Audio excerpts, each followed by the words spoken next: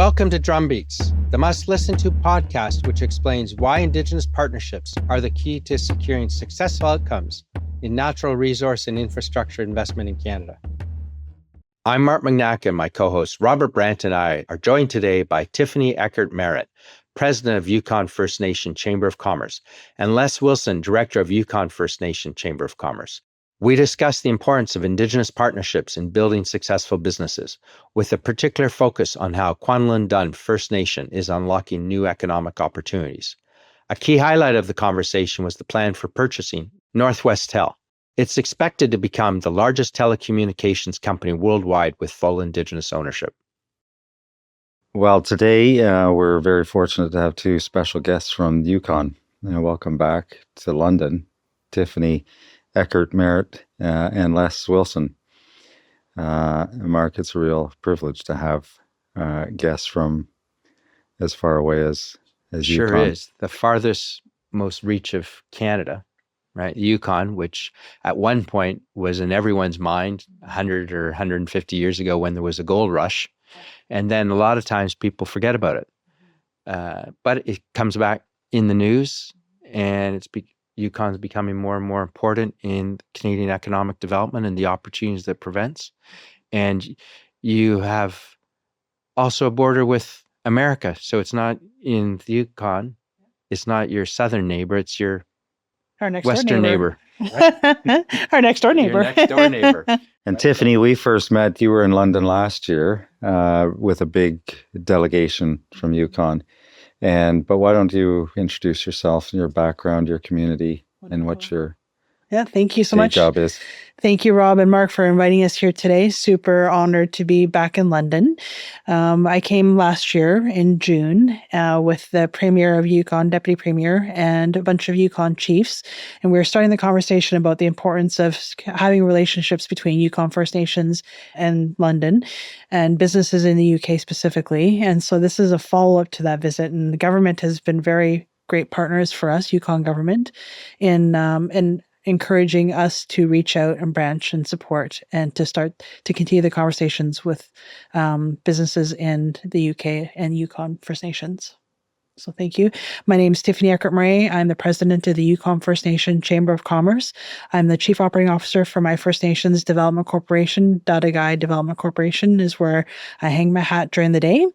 And I'm a citizen of the Ta'an Quechan Council, which is one of the smallest First Nations in Yukon. And I'm super honored and thrilled to be here. Thank you. Les? Tell us a bit about your community, where you're from, what you do. Well, I'm currently the Senior Economic Development Advisor for the First Nation, or the government that I happen to be a citizen of the Yukon Territory, the Kwanlin Dün First Nation.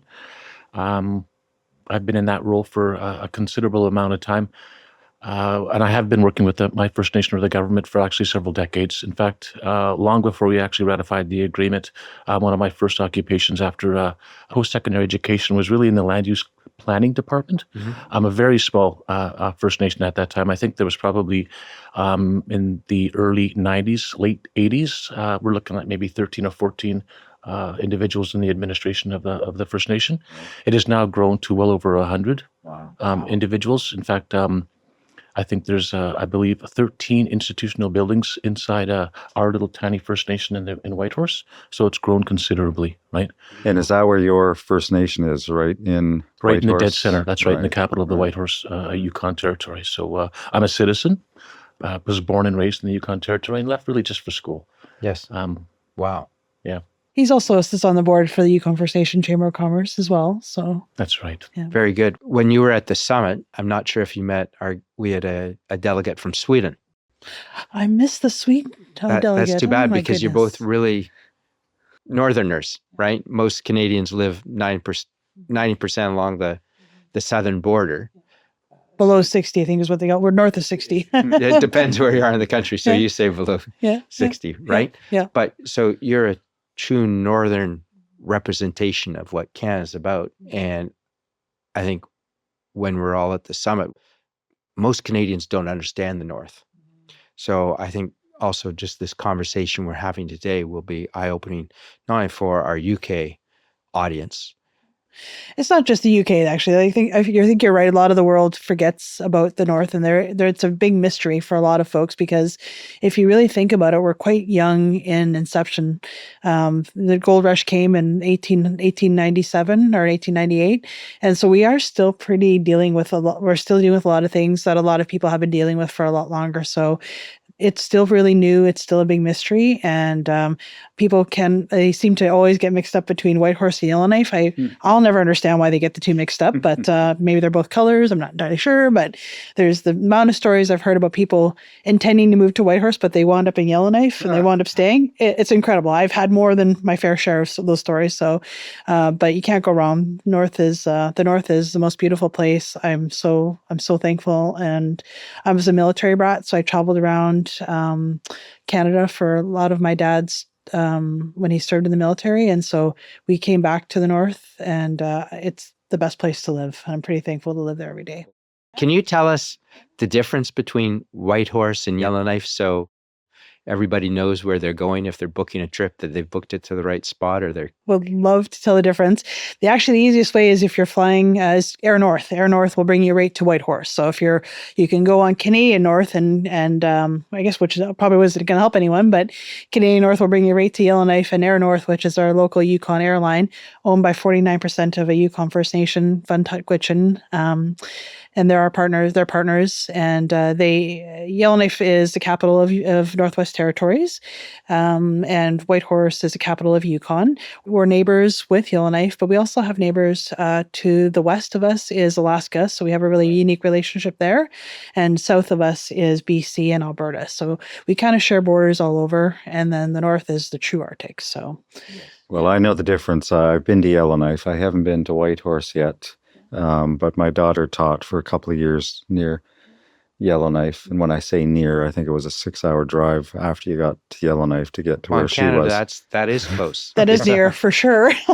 It's only in the UK, that's a day journey. 6 But I'm hours. looking forward to getting to Whitehorse for the first time. Yeah. At the upcoming Arctic Indigenous Investment Conference. Yes. Maybe you can tell us a little bit about what to expect. For sure. So May 5th to 7th, 2025 in Whitehorse, Yukon, we are having our 8th annual, Arctic Indigenous Investment Conference. And so the Yukon First Nation Chamber of Commerce has been hosting that for the past 8 years. And it's a great way to talk about the success stories of the North. So we'll bring in folks from businesses from Northwest Territories, Nunavut, and other northern. We actually this year we have folks coming over from Iceland to come and talk about Indigenous businesses in the North. So Rob will be joining us and giving a panel for that, and we're super excited to welcome you north. Yeah, no, I can't wait to get there, and I'll probably talk about an international perspective, and there's more and more interest and focus. We talked about Yukon and the North being ignored by a lot of the population, but no longer, I don't think. There's lots of reasons why people are paying a lot of attention to the North, geopolitical and economic as well. So you are in the spotlight now, whether you want it or not. Yeah. I'm envious that you're getting to go to Whitehorse. We'll have to change. I get the next trip. Yeah. Well, it's a special time. May and June is actually really a very warm month of the year. A lot of people that come up, they actually find that it's an absolutely beautiful place. Come back in 6 months, okay? If you want to experience the North. Minus 50, minus 55. Yeah. Well, I was born on the prairies, but I think minus 55 is even cold. You get to that level though, when it's just cold, it doesn't matter. You know what's funny though is that minus 55 Whitehorse, it's cold. It sounds cold, and it is. But minus 20 in Ontario is actually, I find, a lot colder. It's wet. I agree. It's a wet cold snow down south, and it goes right to your bones, right? Yes. And in the north, I can't speak for Old Crow or anything, but then like northern us. But in Whitehorse, it's one of the driest places in Canada, so it's a different type of cold. So, like it takes your breath away a little bit sometimes, but at least it doesn't go to your bones. So some of the larger cities in the south, like Edmonton or Vancouver, they basically shut down almost immediately after maybe minus 25 or minus 30. Right. Not in the Yukon. It just takes a little longer to warm up your truck to get to work. Schools don't close, and we don't have cold weather days in Whitehorse. They just keep going. Well, I can't wait to get there. And it'll be like near no darkness at that point in time in May. So there won't, it'll be about 20-hour daylight. So not daylight, like it does get a little bit, it's a unique experience. So I'm very excited for you to see it firsthand and to experience like 20-hour days. Yeah, no, and I'm looking forward to meeting the businesses and then the First Nations people who are up there doing business and learning more about what's going on there. I mean, a couple of things in the news. First, I guess on the positive side, there's a mine, copper mine, Minto Mine, and it looks like it's had a difficult history, but the Indigenous communities are in the process of buying it. Mm-hmm. Your guys' summit actually talks about the importance of working in partnerships. And when one of the speakers were talking about how when you have a partner, you come first, when you have First Nation partners or Indigenous partners, it's a lot more successful. And so Minto will tell that story. And so the message that's talking about the Canadian Indigenous Investment Summit about working in partnership with businesses and Indigenous businesses specifically will grant a lot of success. That will be the success of Minto, because while it will impact the community that they're in, they are now purchased and owners of that mine. And that is the truest form of consent. And I believe that's actually what Mark Podolsky was speaking about. And that really reinforced my message to me. And so I'm very excited for that First Nation to purchase that mine.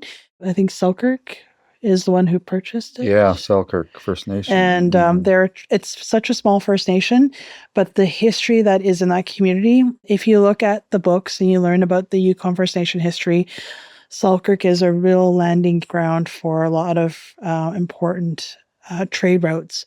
And so the fact that a business that is based in their traditional territory is now, they now own a mine, is incredibly important to me. And it'll speak to that quite a bit. So Minto is a great story. It shows the community can do something. It shows also, it reiterates the same message that my grandfather has been talking about since 1973, about how Yukon First Nations want to be part of the businesses. They want to be part of that conversation. And so again, it reiterates that same message, is that we're not opposed to it. We do want to be involved in it, because if we don't, stuff like what happens at Victoria Gold is what the negative impact of that will be. For some of our listeners, can you explain what went on with Victoria Gold? So Victoria Gold is a gold mine that is in Yukon. It is about 5 hours northeast of Whitehorse. It's on the traditional territory of the Dun First Nation. It's actually the hottest and coldest spot. So when it's hot in the summertime, it's really hot. And when it's cold in the winter, it's really cold. So it's the heart of Yukon. And there was a Victoria Gold mine that was operations there, and they were producing gold. And there was, due to some regulatory oversight, there was some of they have leach pads. And so when they're doing the mining, the leachings was leaking into the water.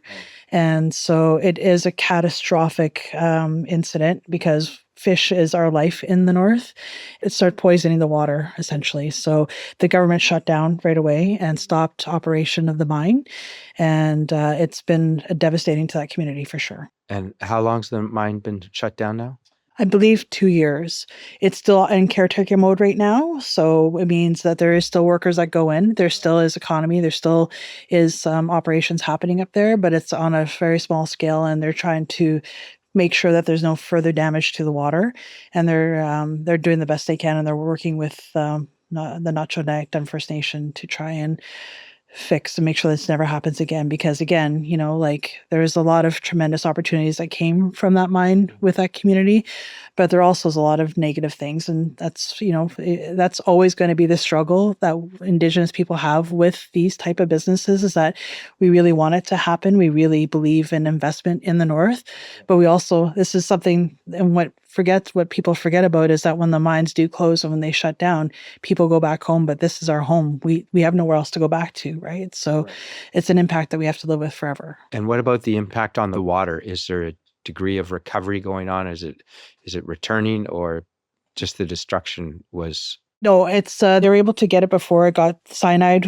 Levels were it was alarming, but it wasn't to the point where everything's killed off right now, right? So they're monitoring it right now to make sure that things are not gonna hurt anymore, but there still is some cyanide showing up in the water. So no cyanide is ever a really good thing. But they are constantly trying to repair that right now. So government is working with the First Nation to make sure that happens. And so what's been really good about that is that, again, it reminds government that it's important to approve these businesses, these operations happening in the north and exploration.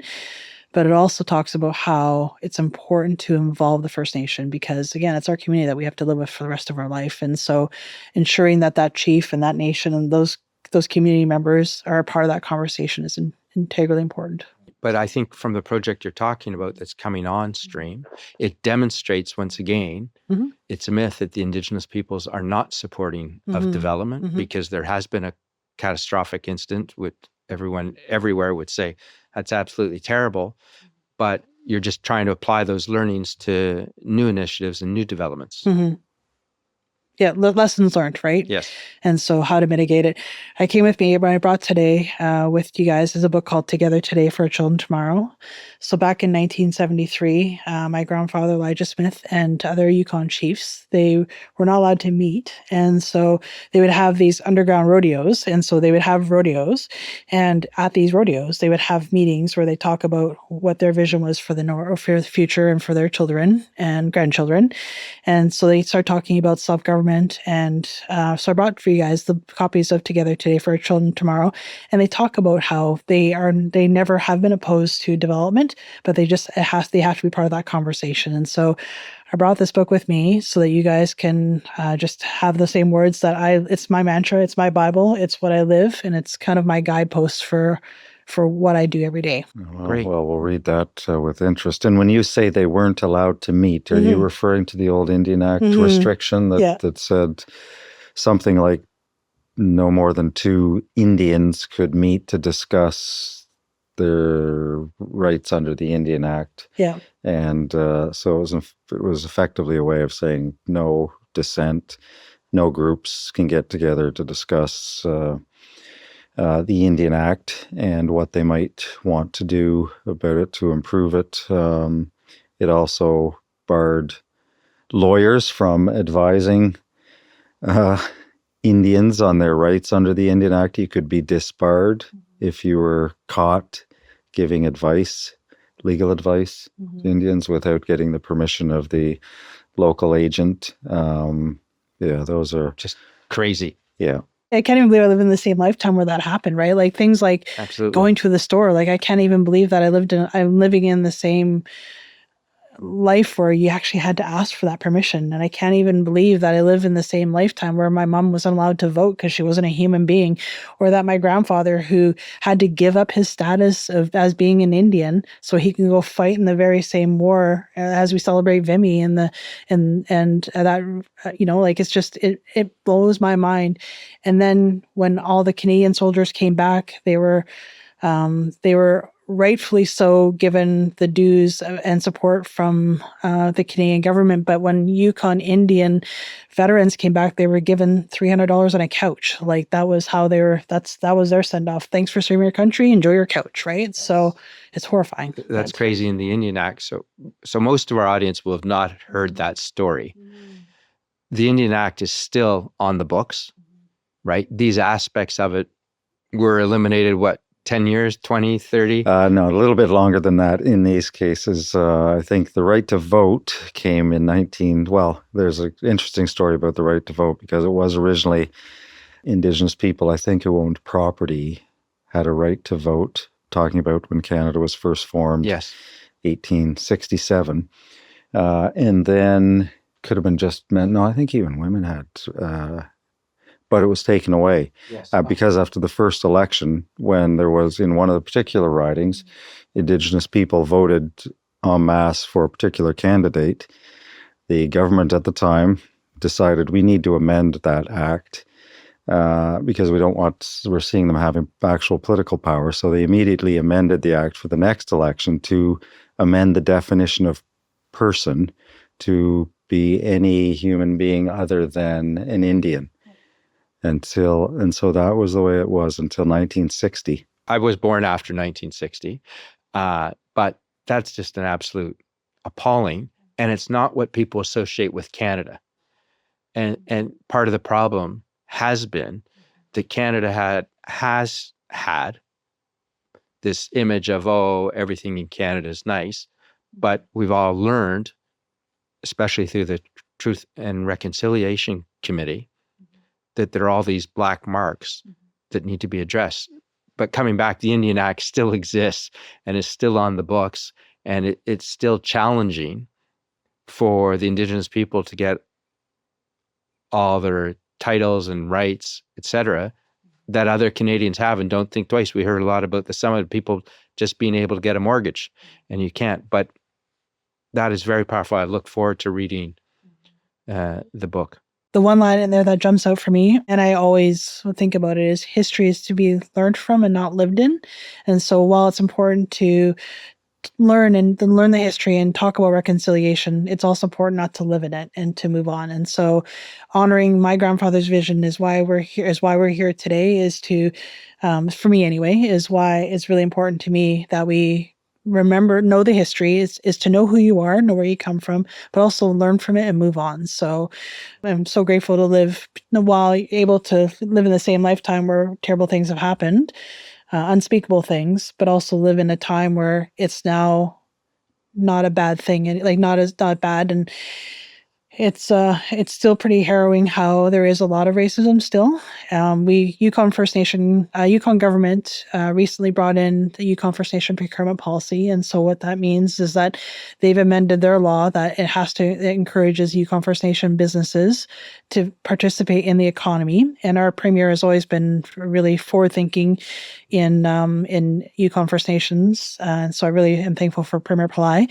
But they amended the act to encourage Yukon First Nation businesses with this procurement policy.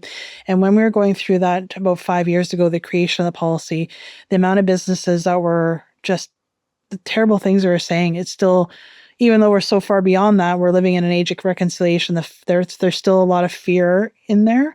And so as we've lived the procurement policy now for a few years, it's changed the conversation from, they used to call it, there's a company called Castle Rock in Whitehorse, and it's owned by First Nation in Champagne-Ajac, Dakwakata Capital Investments.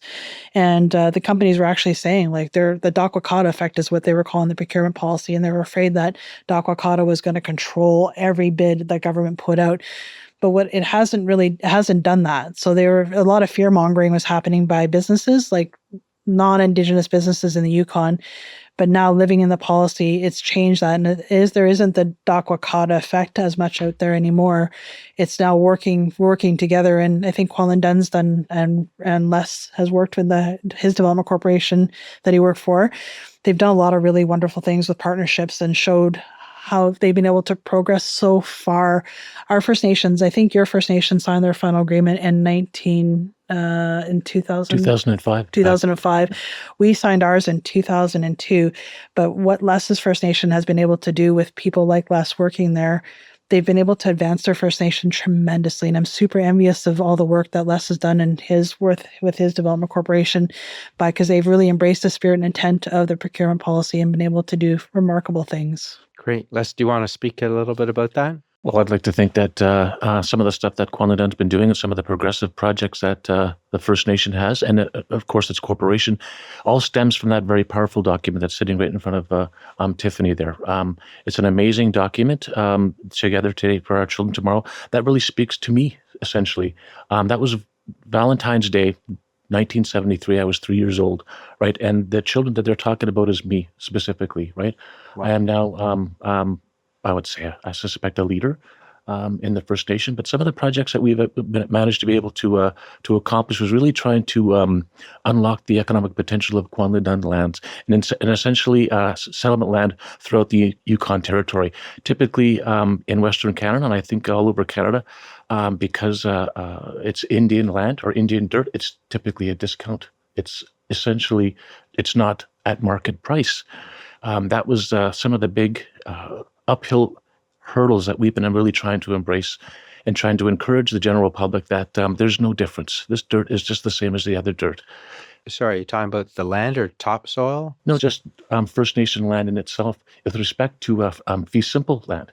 It's just the same. Now, I suppose a good proxy is our gravel pit. We had a couple of gravel pits. While some of the other First Nations were arguing and negotiating for precious gems and gold, our First Nation was actually looking for gravel pits from the north and south of town. We knew even back then, long before we ratified the agreement during the negotiations, that if development was going to happen in the capital, that we were going to need dirt in order to do that. So that's what we're up to right now. That particular lease 2 and 5 in the center of Whitehorse has actually turned into a gold mine, and it's the lifeblood of our First Nation corporation to allow them to go ahead and do some of the projects that we've been very successful.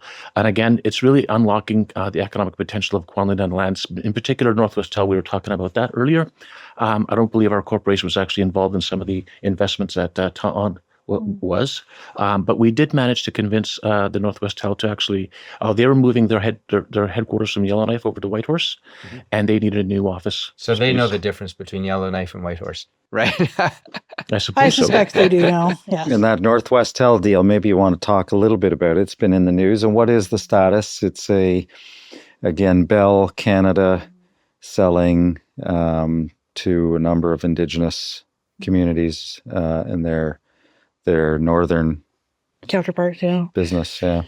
So the 60 North Unity is the vehicle, and what it is it's there's the 3 out of the 4 nations that represent Nunavut, and then I believe there's 127 in Northwest Territories. Like 127 Indigenous groups in Northwest Territories is remarkable, and then 14 Yukon First Nations have the opportunity they form 60 North Unity.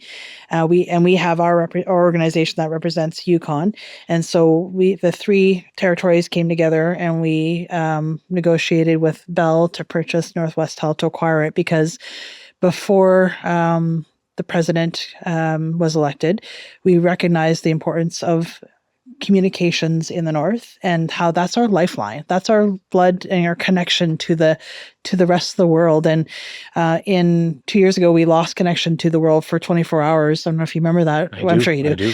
But we couldn't even use our debit cards. Like, you couldn't buy gas, you couldn't buy water, you couldn't buy anything because we lost our network connections. It was the forest fires in Fort Nelson that caused that to go down. So it was important to us that we recognized how that's our one key and tie to the south. And so we offered to purchase Northwestel for $1 billion. And we wanted to guarantee that the jobs would stay in the north, that decisions that are made that affect the north are now made in the north. And so that's the deal. That's the Northwestel deal.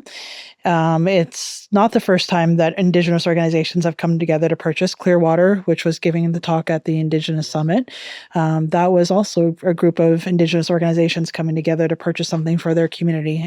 And so Northwestel is another reiteration of that same concept and idea about coming together for a greater cause to purchase something that's going to affect our communities for the rest of our lives. And so where the deal is at right now is that we have a share purchase agreement. We've signed it, and we are just in the back and forth negotiation stages right now on locking in the financing for it.